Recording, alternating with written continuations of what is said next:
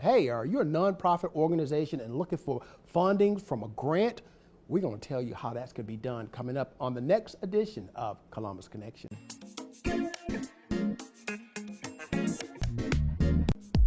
Welcome to Columbus Connection. Hi, I'm Michael King. I'm sitting here with some of my favorite people that I know, and they're here to give you information on being a nonprofit organization, how to start a nonprofit organization, but mostly how to write a grant, how to get a grant. Because, you know, in this day and time that everything is so expensive.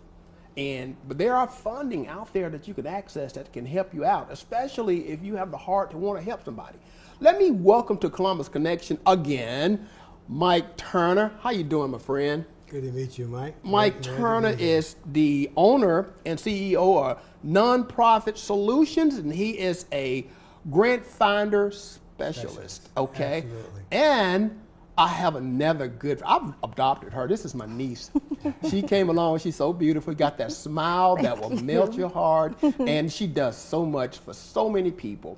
We have Miss Jocelyn Monet. Now I call her something else, but Jocelyn Monet, and she has a nonprofit. She's done a lot of things. I'm gonna let her tell you about all the things that she have done and is actually doing now. She has a company, a nonprofit organization called Broadcasters Event Planning, and we're gonna talk more about that. But first of all, Michael, the last time you were here, you were doing stuff with kids. You were doing the things to help kids with science. Printers and Yeah. 3D printing and stands and all kinds of stuff with the kids from middle school all the way up to high school. And right now you started another business. Let's talk about this. This is called Nonprofit Solutions. Tell us a bit about this. Absolutely. Nonprofit Solutions is an organization that I've created to help nonprofits, and we strictly work with nonprofits, to be able to find grant money. And that seems to be what is so difficult for nonprofits to obtain, which is funding. In order to get funding, they have to be set up correctly. If they're not set up correctly, they're not going to get funding from major corporations and foundations. So what I do is I have a large database that will find corporations that will give funds to nonprofit organizations. But what's so important is that they have to meet the mission of these corporations that matches their nonprofit. And a lot of people are not aware of doing it or not doing it correctly. So what I do is I sit down with them and try to find a match whereby their nonprofits will match these corporations and foundations. And that's so important because people arbitrarily think that they can write and request money, but that's not going to work. And the reason why is these corporations and foundations, by IRS laws, they have to submit 5% of their net assets strictly for nonprofits. So we're talking millions and millions of dollars. Wow.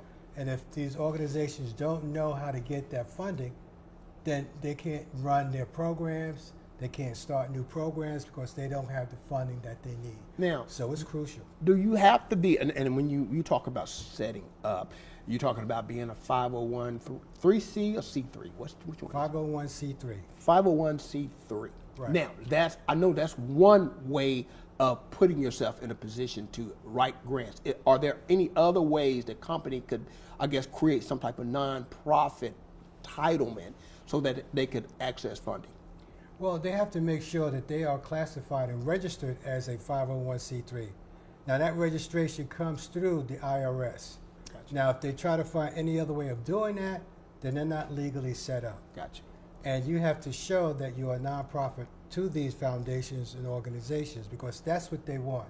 They want to see your 501c3 letter that the IRS gives you. Gotcha. And if you don't have that, they're not going to take you seriously and they're not going to give you any type of funding that you need. Now, you talk about major corporations, for example. We have Aflac right here in our backyard. Right. And I know they give lots of money away to organizations throughout this community and probably throughout the world.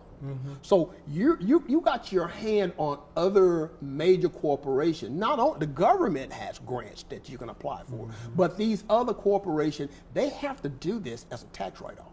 Exactly. And it reaches anywhere in the USA, even governments or state governments, you can find grants that they're also offering. But again, it all comes down to being an official 501c3. And I'm able to find these corporations and government agencies that will fund them.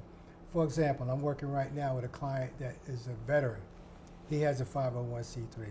And I'm helping him line up with actual grants, not only from the government, but from other veterans websites, veterans organizations, to help them get the funding that they need to expand their business. And I'm able to do that for them. Wow, man, you are a wealth of information, and I see why people need people like you. Speaking of people that need people like you, we have Miss Jocelyn Monet, who's sitting there with you. And again, we're going to get more in depth to how you do and how this is done. But I want to talk a little bit with Jocelyn. Jocelyn, first of all, tell us a little bit about yourself, some of the things that you've been doing. And we know you, you're sort of a celebrity around here. But let's talk about some of the things that you've done and how you got into the business that you are and how this connection came together. Of course, yeah. Well, I'm certainly not a celebrity, but thank you for having me on your show. I started here in Columbus about 5 years ago. Initially, obviously, on the radio. A lot of people know me from radio.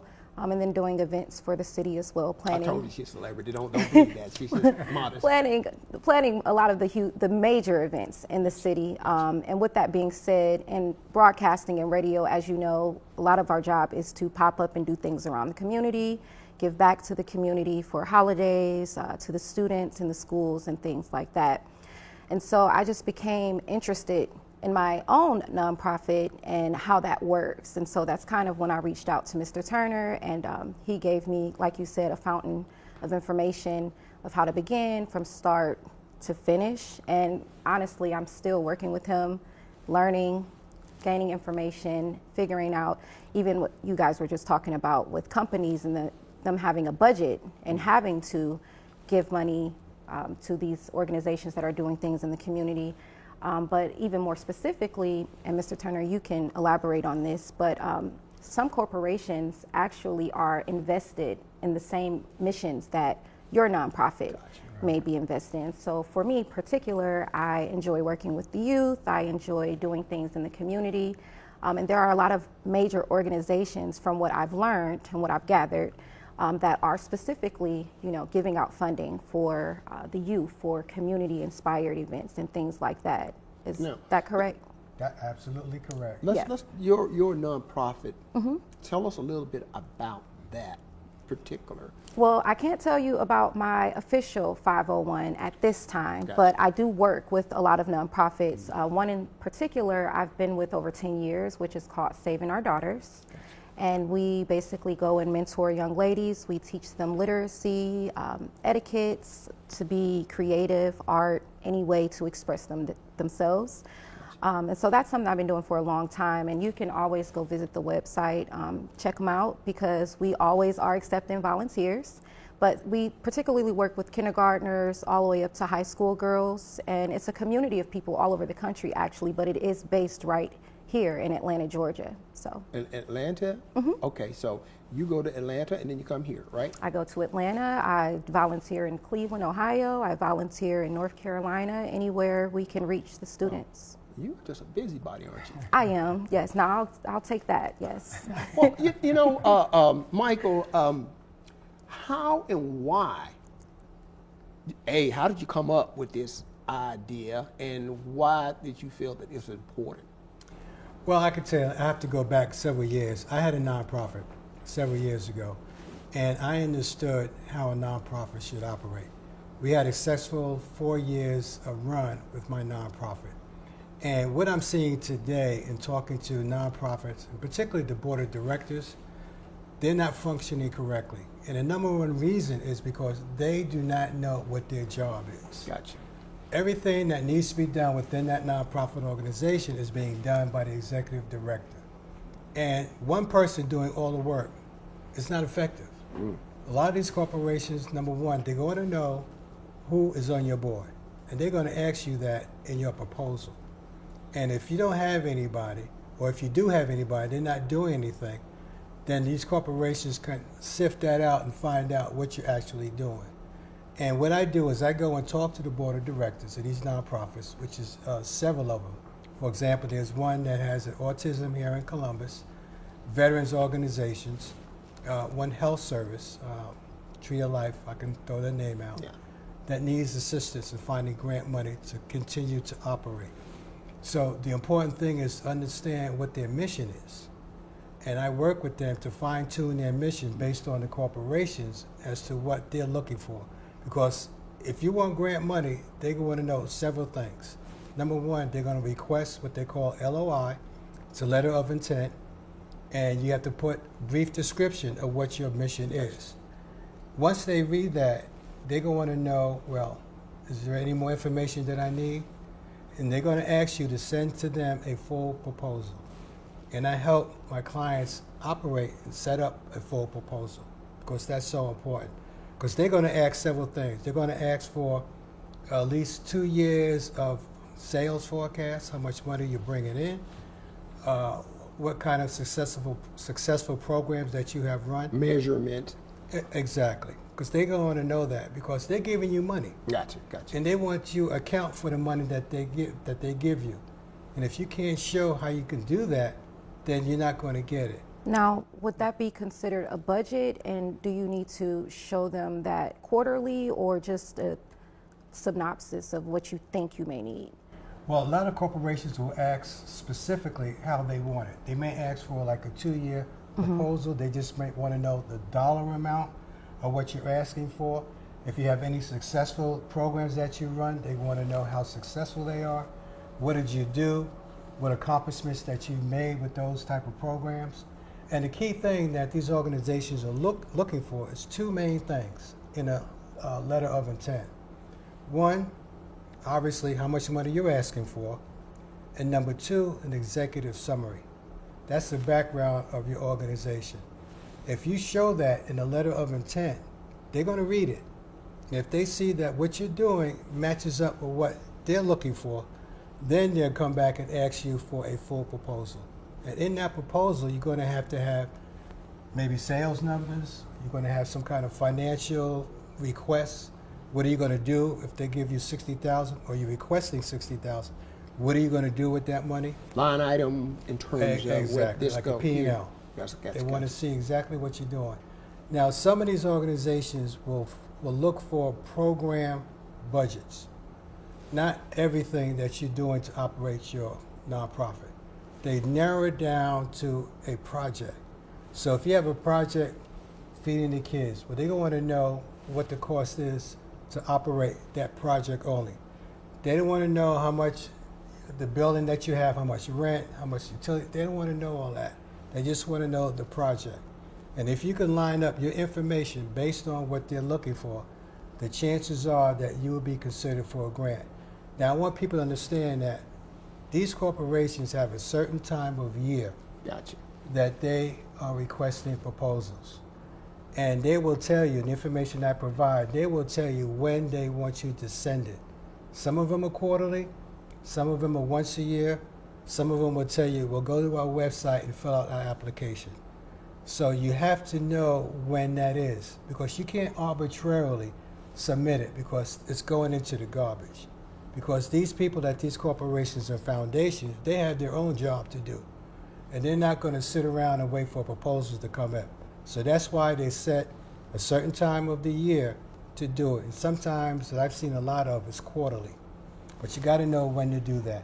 And I have the information that I would give to my clients as to let them know what time of the year that they need Gotcha. to submit that proposal. Well, this community, if nothing else, is a community servant community. I mean, you got so many organizations, and there's money. Case in point, the city of Columbus have a crime prevention grant. They got money set aside that they give to multiple organizations that are, I guess, in the crime prevention business. There are fraternities. Mm-hmm. The fraternity that I belong to, we have a mentoring a group for kids. We apply for grants. I'm in also the 100 Black Men of Columbus. Mm-hmm. We are a mentor organization. We apply for grants. Who is your particular market that you're looking at? Are you looking for everybody, or are you just being specific to specifying a specific organization? There's no specific organization because there's so many organizations out here that are suffering. Gotcha. And if I can help them get the funding that they need, I'll accept them as a client. Gotcha. And you talk about crime prevention. I have a client right now who actually filed an application for crime prevention. Gotcha. She didn't get it, but she still applied. But she didn't know. She probably missed some stuff. She probably did. She probably did. But this is her second time going around, but she's going to continue to try every year until she gets it. Now, several years ago, there was another one of my clients who submitted their crime prevention application, and she got it. Gotcha. Okay. Gotcha. So it seems like it's a hit and miss, but they got to keep trying. And the key thing is that you can't give up.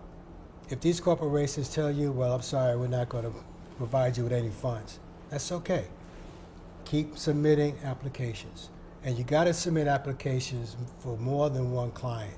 And I'm able to give them several corporations and foundations to apply to. That's So the it's just question not I was one. going to ask you. How many grants can you get for a specific client? My clients start right. We start off. There's two levels of what I do. The first level is I do a intake.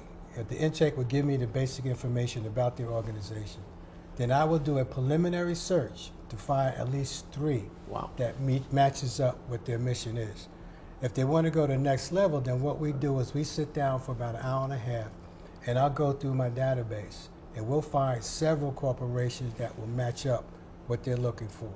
And once that happens, then we start the process of putting everything together.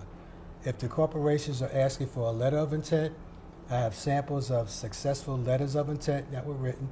And you mentioned 100 Black Men. Gotcha. Gotcha. They have submitted an application requesting $60,000. Right. I have a copy of that letter Wow. of intent. So I share that with my clients so they can see the format of how they did it in order for them to get $60,000. They didn't have to send in a proposal. All they sent was a letter of intent. Gotcha. So I have that. And there's a lot of information that I submit to my clients as well. For example, I talked about creating an effective board. A lot of them, these board members don't know what they're supposed to be doing. So I've created a job description that will outline exactly what everybody does, the executive director, secretary, treasurer, so they know exactly what they're responsible for. And once that happens, then the organization will begin to really develop.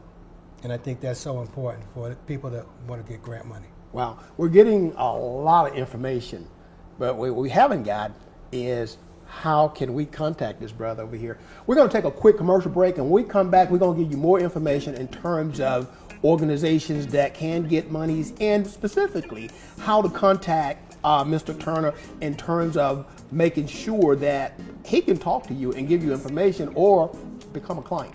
Don't go nowhere. We'll be right back. Welcome back to Columbus Connection. Again, we have here, our guest is Mr. Mike Turner of Nonprofit Solutions. He's a grant finder specialist. And we have Miss Jocelyn Monet. She's a broadcaster, event planner, but she also has her own nonprofit. And we're talking about all of the things that are feasible and possible. Do you have a specific nonprofit organization that you're currently working with that are needing, that you're able to, move them to the next level? Absolutely. Currently, well, not to mention any names, but I have a client who is a veteran. He has a veteran business, and they have a nonprofit, but they're looking to get funding to operate and expand their business. I have another client who wants to create a 501c3, and this is another client of mine right now. And she has to understand what it takes to create a 501c3. And even on my website, I have a separate section that will walk them through what is required from the IRS, from the city, in order to get the proper licenses, how to set it up to get their EIN for a nonprofit organization. So I have that set up separately, but my main focus is grants. Gotcha. So I'm able to have several different clients. We have one right now, I think I mentioned it, as autism Gotcha. organization. And I'm helping her get funding for her project. And Jocelyn, you're talking about the organization that you're doing that's in the Atlanta area, the Cleveland area, and North Carolina. And What are your goals? What are you looking to do in terms of expansion, and how is this information helping you? Mostly all of the steps that we're discussing. So right now I am in the process of beginning a 501, which is what we talk heavily about. And then next steps obviously will be that LOI and then my proposal and then of course grants. So my goal is to expand to just be a more functioning nonprofit, but mostly I want to make sure that I have everything in order. And there's some amazing resources here, like you said, in Columbus, where you can learn different things and you can reach out to different mentors. If you don't mind, one of one of the websites that I was referred to is called score.com. .org, excuse me. Yeah, and they just have a phenomenal list of people who are there to help you with from start to finish, grant writing, marketing, e-commerce. So if you're not familiar with that and you're in the Columbus area, please check into www.score.org. Columbus, GA. Columbus, what is it? It's www.score.org/Columbus, GA. Okay, say that one more time, because we're going to put that on the screen, because that's a big word. www.score.org/Columbus, GA. And when you see this, you're going to see that on the screen, so you'll get it right. And then when you go to that website, click on the button that says Find a Mentor, and scroll all the way down, and you'll see there's 11 of us that are called mentors. You'll see my picture, and you'll see our current chairman, Alvin Cavalier, as well. And on each of our profiles, you'll see what our specialties are. So if you see any one of us that can meet what you're looking for, just click on that, and eventually, once you fill out the form, they'll contact you and begin a discussion to see how we can help you. Jocelyn, how important is it to have a mentor? I hear that word mentor a lot, especially in the business world. How important is that? It's important to have a mentor, and I can say that because I would consider myself a mentor as well, but it comes with some very forthcoming, helpful, genuine people, because I call his phone all the time, and sometimes he doesn't answer, but it's important for you to have a mentor, because when you're shifting through a lot of information, like starting a business or applying for a grant, there are things that you miss, or there might just be subtle things that are in the verbiage where you're like, what does that mean? Or you might overthink it. So for me, it's very important to have a mentor, and that's why I brought up the website, because I think without it, I wouldn't even be sitting on your couch here discussing or trying to help and encourage other people. Well, if anybody wanted to know more about what you're doing and attempting to do, how can they contact you? Look at that camera right there. Yeah. Give us whatever information you want. Well, you can always follow me on social media. For my broadcasting pages, which is where most of my community stuff is posted. But all of my platforms are PressJ, PressSSJAI. And you can email me at pressj@gmail.com if you have questions, if you're looking for like volunteer opportunities, mentorship. If you're also someone whose calling is young ladies or anything youth related, but particularly for me, I enjoy working with young ladies. Send me an email, any questions. I feel like I can pay it forward as well, even though I don't know as much, but I do know and have some experience too. Gotcha. Yeah. Mike, I'm a member of multiple organizations. One of the organizations that I'm also a member of is the Non-Pan-Hellenic Council, the NPHC, which we represent the D9, all the fraternities and sororities. What you got to do, you need to make an appointment to come speak to that organization. We meet the third Saturday of each month, and I think you need to let these people know what you do, because each of these organizations has a mentee group underneath them that they provide mentorship to. You got kids from ages of 6th to 12th grade, and each of these groups apply for grants. And one of the biggest issues I think that some of them have, some of the organizations have grant writers, some of them don't.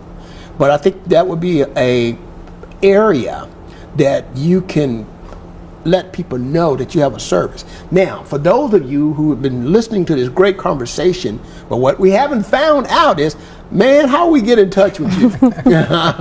Tell us, look at that camera, give us phone numbers, email, website, all the information that people would need to know, because I think what you're doing is very important. Well, our website is www.nonprofit, one word, nonprofit-solutions.com. Again, that's www.nonprofit-solutions.com. There you'll find our website, and that's just one area where you can be in contact with us. But you can call me directly at 706-225-9587, or you can email me at Turner, and I'll spell that out, TURNERASSOC @outlook.com. Those are ways that you can contact me, but you give me a call, and definitely I'll call you back, and we'll sit down and we'll talk and figure out how I can help you get the funding that you need for your nonprofit. I see you have a QR code on your card right here. Absolutely. And if anybody were to, if you could see that right there, Louis, if you could zoom in on that, and I don't know which camera you're on, okay, you can zoom in on that, see that QR code, and Chris, whenever you could get that set up and put up, that will access all of your information. Am I correct? Absolutely. The website, okay, there you go. yes. Everybody look at that QR code and just take your phone and just look at it, and it will open and unleash all the information that you need to know about Mr. Mike Turner. And I'm going to try to throw him some business again. I know you will be helpful for the. You already working with the 100 Black Men of Columbus. I'm a part of that. You're already well. We also each fraternity and sororities, and not only the fraternities and sororities. There are so many other organizations. Okay, that's good. I hope you all got that. That are trying to apply for the crime prevention grant, and you could be helpful in that. So, absolutely. And not only that, I can actually put them in contact with some of my clients that have gone through crime prevention, and she can be able to give you some pointers to let you know what they're looking for in crime prevention. And Seth is the person's name that gets the applications. But also, if they're interested in creating their own 501c3, on my website there's a link that says 501c3. You could click on that, and that'll give you information about how to get started creating your 501c3. But if you have one already, then by all means, talk to me, let me know what funding you need, why you need it, and we'll find some organizations and foundations that can help you, give you the funds that you need to operate. Now I have a question, And if you don't mind. So when you when you said that there's basically a will of different organizations that have to provide funding each year, or there's a budget set aside for that, is there any way for someone to locate that information, or is it imperative that you kind of research those companies if you're doing it on your own? Like, how do you find out what those particular companies are invested in as far as nonprofits and community? Well, these foundations and corporations don't necessarily give you the information about how to apply. Now, some of them do, but they give you some basic information. But that's not what you need. What you need is to get the background information as to how to apply, when to apply. The information I provide will also tell you who is the contact person to send that information to. They have their email address that the person who accepts the application will be on there. And the key thing is to know when to submit it. That's so important.